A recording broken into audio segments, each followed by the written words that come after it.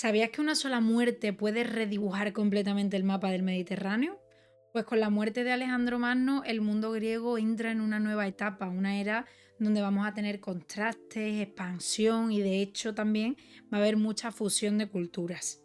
El ideal clásico, ese sereno y equilibrado, se va a transformar en otro más humano, más apasionado, más consciente del movimiento y también de la emoción. El arte ya no está buscando la perfección, sino que también quiere buscar la vida que late dentro de cada una de las obras. Veamos ahora qué estaba ocurriendo realmente en este mundo helenístico. En el 323 a.C. muere Alejandro Magno y claro, con él desaparece la unidad de un imperio que había llevado la cultura griega hasta los confines de Asia. Sus generales, que se conocen como diádocos, se reparten los territorios conquistados y así es como se da origen a los grandes reinos helenísticos: Macedonia, Egipto, Siria y Pérgamo. Estos nuevos reinos tratan de mezclar lo griego con lo oriental y precisamente de esa fusión nace una cultura cosmopolita, más refinada, urbana. Las antiguas polis van a perder protagonismo frente a las grandes capitales como Alejandría, Pérgamo o Antioquía, que serán centros de poder y de conocimiento, donde florecen bibliotecas, museos y también la investigación científica. Y claro, esto se ve reflejado en que hay un cambio en el pensamiento. La filosofía ya no se centra en la política, sino que ahora va buscando el bienestar personal y también la búsqueda de la felicidad. Y aquí es donde entran los epicúreos y los estoicos, que reflexionan sobre cómo alcanzar la serenidad pero dentro de un mundo tan cambiante. Reflejo de esto también lo vamos a ver en el arte. Lo que va buscando ahora es traducir todos estos sentimientos en un espíritu donde se deje volcar una libertad creativa, donde la emoción fluya, donde podamos pasar de esa serenidad clásica. Además, vamos a ampliar los temas y los artistas van a comenzar a mirar al ser humano, pero desde todas sus facetas, desde la infancia hasta la vejez y desde la gloria hasta el dolor. Este periodo se extiende hasta el 30 a.C., marcando el nacimiento de un nuevo mundo, el helenismo, donde el arte griego se abre al movimiento, a la diversidad y la vida. Precisamente se pone fin a todo este nuevo mundo que estamos mencionando en ese año 30 a.C., cuando Egipto cae bajo el dominio de Roma. Y con este nuevo panorama en mente tenemos que bajar a las ciudades helenísticas para ver cómo la arquitectura refleja ese espíritu de cambio. Los grandes centros del helenismo fueron las ciudades. De hecho, su trazado urbano seguía por lo general un diseño muy ordenado.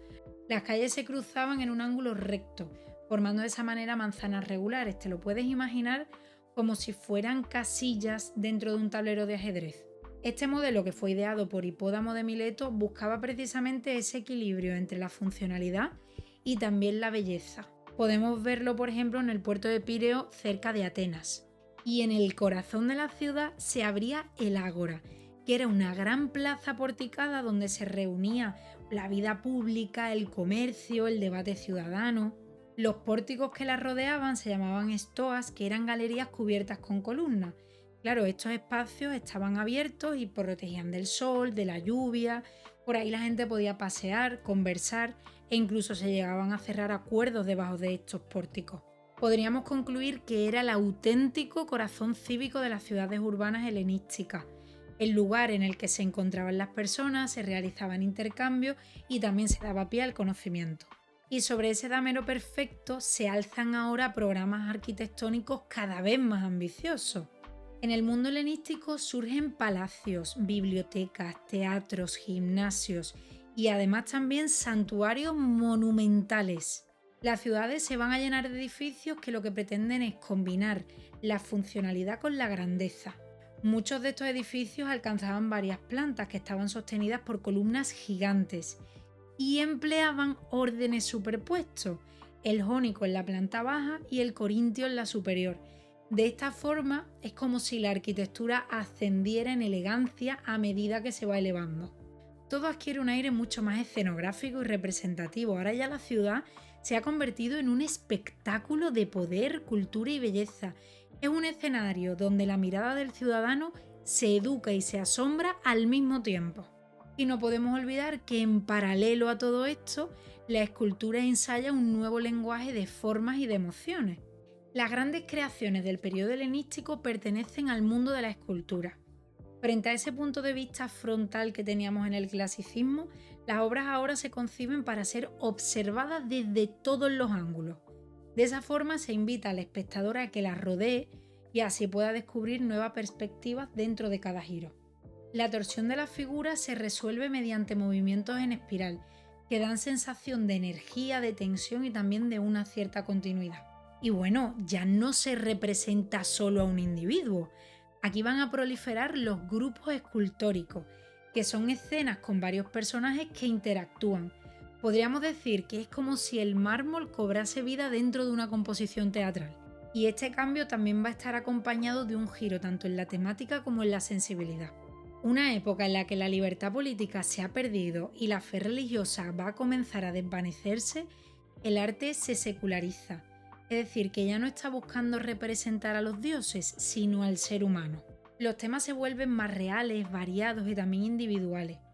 El amor aparece en todas sus formas, desde lo más puro e inocente hasta lo más prohibido o incluso desviado. Vamos a ver a Dioniso y su cortejo inspirando escenas llenas de movimiento, llenas de vino y de éxtasis báquico. También surge Tiche, la diosa de la fortuna, como símbolo del azar y de lo imprevisible. Y por último, las edades de la vida se van a convertir en un tema artístico. La ternura de la infancia, la plenitud que se encuentra en la madurez y también la fragilidad de la vejez. Pero fijaos todo este cambio que incluso los modelos van a cambiar. Pueden ser griegos o también extranjeros, pueden estar vestidos o desnudos. ¿Qué es lo que se consigue con todo esto? Reflejar una sociedad que está abierta a la diversidad y a lo cotidiano. En conjunto podemos decir que el helenismo amplía su mirada y su emoción. La escultura ahora se orienta hacia la expresividad, hacia la diversidad y a ese efecto dramático. Pero toda esta base se materializó en distintos focos de actuación. El arte helenístico abre una puerta a una nueva sensibilidad, buscando la emoción que conmueva, esa diversidad que refleje la vida y el drama que nos hace precisamente humanos. Y toda esta energía expresiva que tiene el arte helenístico se va a expandir en distintas escuelas y centros creativos por todo el mundo griego. Recordemos que tras la muerte de Alejandro Magno hay una fragmentación. Y claro, el arte helenístico no se va a concentrar en un único centro, sino que se dispersa por todo el Mediterráneo generando diversas escuelas que van a reflejar la riqueza y la pluralidad que hay en ese momento cultural. Cada escuela va a tener su propio carácter, su propia manera de entender la expresividad, el movimiento y la emoción. Podemos distinguir la escuela de Atenas, la neoática, la escuela de Alejandría, Pérgamo, Rodas y Antioquía. Podríamos decir que el helenismo deja de ser un único rostro para convertirse en todo un mosaico de estilos y de sensibilidades, donde cada ciudad sería un laboratorio artístico donde se van a ir ensayando nuevas formas de sentir, de representar y por supuesto de conmover al espectador. Vamos a recorrer una a una cada escuela para descubrir qué es lo que las hace únicas y qué aportaron al arte del mundo antiguo. Aunque ya no ocupa el centro del panorama artístico, Atenas mantiene su prestigio como foco intelectual. Aquí florece el retrato de pensadores y de figuras ilustres. Dentro de la tradición de Lisipo, el escultor Boetas crea el joven orante, que es una figura serena y concentrada que nos transmite espiritualidad y también recogimiento. Destacar a Apolonio, que fue autor o adaptador de modelos lisipianos, muy célebre por el torso de Belvedere, que es símbolo de fuerza contenida y también de estudio anatómico. Y desde este tono intelectual el arte va a volver a mirar a los modelos clásicos, pero eso sí, con una elegancia nueva. Desde este tono intelectual el arte vuelve a mirar a los modelos clásicos, pero eso sí, con una elegancia nueva. La escuela neoática está formada por discípulos y seguidores de Praxíteles, Escopas y Lisipo. Su objetivo aquí no era innovar, sino que pretendían revivir la armonía clásica. Para ello copian y rejuvenecen los modelos del siglo V y el siglo IV a.C., manteniendo el equilibrio formal, pero añadiendo una elegancia decorativa más propia de su tiempo. Un gran ejemplo sería el espinario, que es el atleta que tras la carrera se sienta y se quita una espina del pie. Es una escena cotidiana y sencilla, pero claro, se trata con bastante gracia y serenidad. Ojo, porque el término neoático también se va a aplicar a talleres romanos del siglo II y del siglo I a.C., que lo que hicieron fue reinterpretar estos modelos griegos, pero para satisfacer el gusto refinado que tenían sus clientes. Y desde esta calma clásica vamos ahora al gusto por lo cotidiano. En Alejandría el arte se aleja de los héroes y los dioses para mirar hacia lo cotidiano. Sus escultores se fijan en lo característico y expresivo, en lo que pertenece al día a día. Se tratan figuras populares, tipos callejeros, gestos comunes, y de allí surgen bronces como el negrito cantando y bailando o enanos cabezudos danzando, que están llenos de movimiento y simpatía. También se le atribuye la alegoría del río Nilo, representado como un anciano recostado que sostiene un cuerno de la abundancia. Esto es símbolo de las tierras fértiles del Nilo. Pero si Alejandría celebra lo cotidiano, llega Pérgamo para explorar el extremo totalmente opuesto, la emoción desbordada y el drama heroico. La escuela de Pérgamo va a representar el triunfo del dramatismo en la escultura helenística. Frente a la serenidad que nos traía el arte clásico, aquí domina la tensión, el movimiento y la expresión del dolor.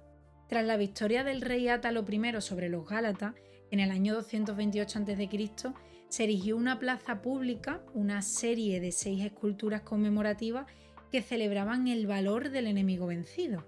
Pero bueno, no eran simples monumentos de guerra, eran escenas heroicas donde el mármol parecía respirar y sufrir incluso. Los escultores de Pérgamo exploraron los límites del cuerpo humano y del alma, transformando cada gesto en un estallido de emoción. El resultado de todo esto fue un arte profundamente humano, trágico, que hace visible la lucha interior entre la vida y la muerte. Y de entre todas las obras hay una que destaca por su fuerza y su humanidad desgarradora. El Gálata Ludovisi es el retrato del heroísmo pero llevado al extremo. Se trata de un guerrero gálata que está derrotado pero no deja de ser digno. Y en la escena podemos ver que mata a su esposa para evitar que caiga en la esclavitud. Pero es que además de eso, se clava su propia espada en el pecho. Es un retrato desgarrador pero maravilloso a la vez, donde el escultor detiene el tiempo justo en el instante del sacrificio. El cuerpo, que está en una torsión espiral, nos transmite la tensión del movimiento. Y los músculos que se contraen hacen que la piel parece que esté vibrando. Fijaos además en el detalle de la mirada, cómo se dirige hacia el enemigo, pero con una mezcla de orgullo, rabia y resignación. Aquí no hay derrota, sino que hay dignidad, no hay terror, hay determinación. Alrededor, 4 gálatas moribundos completaban el conjunto formando un círculo que conseguía envolver al espectador en una atmósfera de dolor, nobleza y tragedia. Cada figura nos cuenta una historia, pero eso sí, todas convergen en la misma emoción, la grandeza del vencido. Este dramatismo se eleva todavía más en una obra monumental, donde dioses y gigantes libran una batalla cósmica. Durante el reinado de Eumenes II, hacia el 180 a.C., se levanta el grandioso altar de Zeus y Atenea, la obra más representativa de la escuela del Pérgamo. Su friso de más de 100 metros de longitud lo que nos cuenta es la gigantomaquia, que fue la lucha entre los dioses olímpicos y los gigantes que son hijos de Gea. En el relieve los cuerpos se retuercen, los cabellos vuelan al viento y los pliegues de las vestiduras parecen agitarse con la misma furia con la que se está desarrollando el combate. El espectador se ve envuelto en una escena que está viva, donde Atenea, ayudada por su serpiente, derriba a un gigante, Nike la corona y Gea, que es la madre del vencido, implora desde el suelo. Todo este conjunto nos recuerda al estilo de Scopas, por su intensidad emocional, por sus gestos crispados y también por su composición dinámica. Es un teatro, pero un teatro de mármol, donde la divinidad y la humanidad se confunden en la lucha. Pero este friso colosal no fue el límite del dramatismo de la escuela de Pérgamo, sino que hubo escultores que llevaron el patetismo aún más lejos. La nota patética y dolorosa de Pérgamo alcanzó su punto más intenso en el grupo de Marsias y el esclavo que afila su cuchillo. El mito cuenta que Marsias, un sátiro, osó desafiar a Apolo en un concurso musical y como castigo fue desollado vivo. El escultor elige el momento anterior a ese suplicio. El esclavo afila el cuchillo mientras Marsias, que está inmóvil, espera su destino con el rostro contraído, evidentemente por la angustia que viene a continuación. El mármol nos transmite una sensación de miedo. Se puede sentir el silencio que precede al grito, la tensión del instante en el que la tragedia ya pues es inevitable. Aquí el realismo se convierte en emoción pura y el espectador no contempla, sino que sufre junto con el personaje. Esto es el patetismo llevado al límite, el sello inconfundible del arte de Pérgamo, donde la escultura ya no busca la belleza ideal, sino la intensidad de lo humano. Y desde este punto culminante de dolor y heroísmo, el arte helenístico se dirige hacia Rodas, donde el movimiento y la grandiosidad alcanzarán su máxima expresión.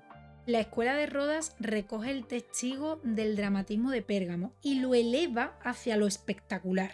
Aquí la emoción se intensifica, el cuerpo se retuerce y el mármol parece expandirse más allá de sus límites. Los escultores rodios no temen al exceso, sino que buscan la grandeza, el gesto extremo y también la teatralidad.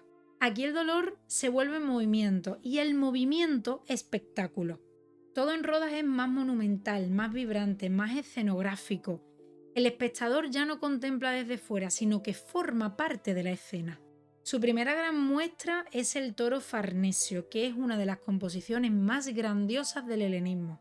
El toro Farnesio es una de las obras cumbres de la escuela de Rodas. Transforma el mito en pura acción. Los hijos de Antíope atan a Dirce, que es un toro salvaje, como castigo, y el mármol se convierte en una coreografía de fuerza, violencia y justicia. El conjunto impresiona por su magnitud y su dinamismo. Los cuerpos podemos observar cómo se entrelazan, el toro se alza, las miradas se cruzan. Realmente no hay nada que esté quieto. Cada gesto arrastra al siguiente en una espiral de energía. Pero lo verdaderamente innovador es la integración del paisaje. Vemos rocas, árboles y animales que rodean la escena como si la naturaleza participara también en esta trama. Por primera vez, el entorno no es un fondo, sino que forma parte de la propia narración. El toro Farnesio inaugura así el gusto por lo pintoresco y total, donde el arte deja de representar solo figuras humanas para abarcar la atmósfera entera de una historia.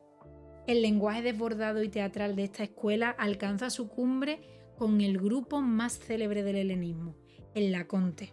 El Laconte es una obra que resume toda la esencia del arte helenístico. Fue creada en Roma hacia el 50 después de Cristo por Alejandro, Polidro y Atenoro. Fue creada en Roma hacia el 50 después de Cristo por Agesandro, Polidoro y Atenodoro. De hecho, fue un encargo para la Domus Aurea de Nerón. La escultura representa al sacerdote Laconte castigado por los dioses con la muerte junto a sus hijos, que están estrangulados por dos serpientes que han sido enviadas por Apolo. Es el instante exacto en el que la tragedia se convierte en forma. Músculos tensos, torsos arqueados, miradas que gritan aunque no tienen voz. El grupo fue descubierto en 1506 y su potencia emocional inspiró a los artistas del Renacimiento, especialmente esa línea serpentinata manierista que es símbolo del movimiento y la tensión interior. Veamos ahora cómo esa emoción se construye a través de la composición. El Laconte combina técnica y emoción con una precisión casi matemática. Primero, el dolor físico y moral. Las serpientes que lo asfixian son el castigo divino, pero también el reflejo del tormento interior. El rostro de Laconte es el de un padre que sufre por sus hijos y por su destino. Después tenemos la estructura diagonal. El sacerdote y el hijo menor son arrastrados hacia atrás, mientras el hijo mayor, inclinado en sentido opuesto, actúa como contrapeso. De esta forma el conjunto crea una espiral de tensión que envuelve al espectador dentro del propio drama. Y por último, el modelado anatómico. Músculos, venas y piel captan perfectamente ese instante entre el esfuerzo y la rendición. El sacerdote se modela con una perfección heroica, mientras los hijos muestran menor detalle, acentuando así la jerarquía emocional que tiene el grupo. En el Laconte, la anatomía se convierte en lenguaje, cada línea, cada pliegue, lo que nos está hablando es del sufrimiento humano. Y de esta espiral de dolor surge como un contrapunto de luz y movimiento la majestuosa victoria de Samotracia. La victoria de Samotracia se le atribuye a Pirócritos hacia el 190 a.C. Fue una ofrenda de los rodios tras una victoria naval frente a Antíoco III. Su poder expresivo se multiplica al conocer cuál era su escenografía original. En su emplazamiento original, la victoria de Samotracia coronaba la proa de una nave en un templete rodeado de un estanque con rocas y cascadas que simulaban el ambiente marítimo. La composición se basa en una estructura ondulante donde el viento recorre toda la superficie desde los pliegues de la túnica hasta las alas abiertas. Es un efecto superior incluso a los famosos paños mojados de Fidias. De esta forma el espectador no percibe una estatua inmóvil, sino una aparición divina suspendida en el aire. De hecho, se ve como una figura que avanza, que respira y que está dominando el espacio. La victoria de Samotracia es el cierre perfecto del arte helenístico, es la emoción, el movimiento y la grandeza convertidos en una sola imagen. Con ella culmina este viaje del dolor humano de Pérgamo a la gloria triunfante de Rodas. La escuela de Antioquía no está tan claramente definida como la de Pérgamo o Rodas, pero sí es cierto que tiene un papel esencial en el desarrollo del arte helenístico. Introduce una escultura alegórica que está cargada de simbolismo y serenidad. Su obra más representativa es la Tique de Antioquía, realizada por Eutíquides, que fue discípulo de Lisipo. La figura encarna a la fortuna de la ciudad, que está sentada sobre un terreno rocoso que hace referencia a la colina donde se levantaba Antioquía. En sus manos sostiene espigas como símbolos de prosperidad y sobre su cabeza luce una corona mural que representa las murallas de las ciudades fortificadas. A sus pies está el río Orontes, que aparece figurado como un niño que nada entre las aguas. Se trata de una imagen que une naturaleza y alegoría dentro de una misma composición. Esta obra resume el espíritu del helenismo tardío, la búsqueda del equilibrio entre lo humano y lo simbólico, entre esa belleza corporal y el significado espiritual. Pero ojo, porque en Antioquía también hay espacio para la sensualidad, la ironía y lo cotidiano. La escuela de Antioquía no se detiene en lo alegórico, sino que también explora la belleza y el deseo desde una mirada más íntima y cotidiana. Un buen ejemplo es la Venus Calipigia, cuyo nombre significa literalmente Venus de las bellas nalgas. Podemos ver que la diosa se gira con elegancia para admirar su propio cuerpo. Aquí no hay solemnidad por ninguna parte, sino que lo que hay es un gesto de banalidad divertida y natural, una escena que lo que hace es celebrar la belleza femenina como juego y placer, sin ningún tipo de pretensión divina. Y junto a ella tenemos el sátiro Barberini. Este representa el reverso de esa energía vital. Lo vemos dormido, rendido por la borrachera, con el cuerpo relajado y el rostro en calma. Es una imagen de abandono, de una naturalidad casi moderna, donde el mito se mezcla con lo humano. Ambas esculturas reflejan un cambio profundo en la sensibilidad helenística. Ya no estamos buscando al héroe, no estamos buscando al dios, sino que estamos buscando al ser humano, pero en su verdad más sencilla: el deseo, el cansancio, el descanso e incluso en la propia introspección. El arte se vuelve el espejo de la vida, y esta mirada hacia lo cotidiano tendrá su continuación en el arte en miniatura. Cuando el arte helenístico desciende a los templos y los palacios, nace algo nuevo: las tanagras, que son pequeñas obras pensadas para el hogar. Aparece entre los siglos III y II a.C. y son figuras de barro cocido, moldeadas con ternura y decoradas con suaves tonos pastel. Su sencillez técnica no les resta belleza, al contrario, las convierte en piezas que están llenas de vida cotidiana y de un encanto muy humano. Por eso decimos que son el arte popular del helenismo. Es un arte doméstico, accesible y profundamente humano. Las tanagras nos muestran que la belleza también está en las cosas sencillas, en la gracia de un movimiento cotidiano o en la calma de un instante íntimo. Pero bueno, ¿cómo encaja todo esto con el resto del arte griego? Pues las tanagras son una representación, son una manifestación paralela a las grandes corrientes escultóricas del helenismo. Mientras en Pérgamo y Rodas se exalta el heroísmo o el dolor, aquí lo que se está celebrando es lo cotidiano, lo humano, lo sencillo. Veamos ahora en qué escenas se van a materializar. Entre sus temas más habituales encontramos a las mujeres con mantos, que son símbolo de elegancia cotidiana, figuras que sin ostentación ninguna transmiten calma y belleza en la sencillez del gesto. También tenemos las madres con hijos, que encarnan una ternura maternal, es decir, el vínculo más puro y universal, que está representado con serenidad y afecto. Seguimos con las jóvenes danzantes, que capturan el movimiento natural, una alegría ligera que parece detenerse justo en el momento perfecto. Y las amigas conversando reflejan la cercanía y la complicidad de la vida diaria, esos momentos de conexión que convierten lo cotidiano en algo profundamente humano. Cada una de estas escenas nos recuerda que el arte helenístico no solo quería emocionar, sino que quería acompañar la vida. Así, con las tanagras, el arte griego cierra su ciclo más humano. En la próxima sesión viajaremos a la península ibérica para descubrir un arte distinto, nacido entre el mito y la piedra, guerreros, animales sagrados y damas monumentales que nos guiarán por la escultura ibérica. Una fusión entre la tradición indígena y las influencias mediterráneas que dio forma a la identidad artística de Hispania.